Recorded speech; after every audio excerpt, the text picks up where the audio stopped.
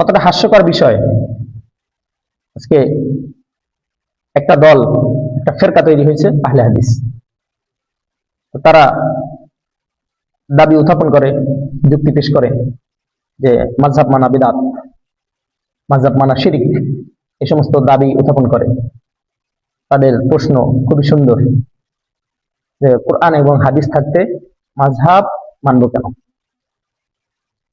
যুগ যুগ ধরে মাযহাব পালন করে আসা ব্যক্তিদের মাঝে হঠাৎ করেই একটা দল আবিষ্কার হয়ে ব্যাস গন্ডগোল কি পাকাই দিল।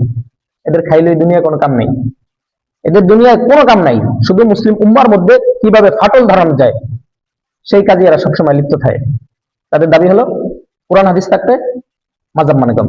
ঠিক আছে, আপনি কোরআন হাদিস থাকতে মাযহাব কোনো মানা দরকার নাই। আপনি বলেন, আল্লাহ সুবহানাহু ওয়া তাআলা বলেন, ইয়া আইয়ুহাল্লাযীনা আমানু আতিউল্লাহ ওয়া আতিউর রাসূল ওয়া উলিল আমরি মিনকুম। তোমরা আল্লাহর অনুগত করো, রাসূলের অনুগত করো, উলিল আমরি মিনকুম, তোমরা মুস্তাহিদ উলামায়ে কেরামের অনুগত করো। অনুগত করা ফরজ। আতিউল্লাহ, আল্লাহর অনুগত করা ফরজ, ওয়া আতিউর রাসূল, রাসূলের অনুগত করা ফরজ। কোরআন এবং হাদিসের মধ্যে যে বিষয় সরাসরি সমাধান থাকবে না সেই বিষয় কোথায় খুঁজবো আমরা? উলিল আমরি মিনকুম, মুস্তাহিদ উলামায়ে কেরামের কওলের উপর নির্ভর করে সেই বিষয়ে আমরা আমল করব। সুস্পষ্ট বিধান, সুস্পষ্ট বিষয়। আমাদের শরীয়ত মানার ক্ষেত্রে বিষয় হলো চারটা। এক নাম্বার হলো কোরআন, দুই নম্বর সুন্নাহ, তিন নম্বর ইজমা, চার নম্বর হলো কিয়াস। এই চারটার ভিত্তিতে আমরা শরীয়ত মানি। তো যারা আবার কোরআন এবং হাদিস মানে, প্রশ্ন, নাহা আনিল বাইই রাসূলুল্লাহ সাল্লাল্লাহু আলাইহি ওয়াসাল্লাম আনিল বাউলি কাইমান, নবী করিম সাল্লাল্লাহু আলাইহি ওয়াসাল্লাম দাঁড়িয়ে পেশাব করতে নিষেধ করেছেন। হাদিস, হাদিস নাম্বার 2, আতা সুবাতাত কওমিন ফাবালা কাইমান, নবী করিম সাল্লাল্লাহু আলাইহি ওয়াসাল্লাম একটা ময়লার স্তূপের সামনে আসলেন এবং দাঁড়িয়ে প্রস্রাব করলেন। দুটোটা সহিহ হাদিস। আহলে হাদিস যারা তারাও সহিহ হাদিস, তারাও বলবে সহিহ হাদিস।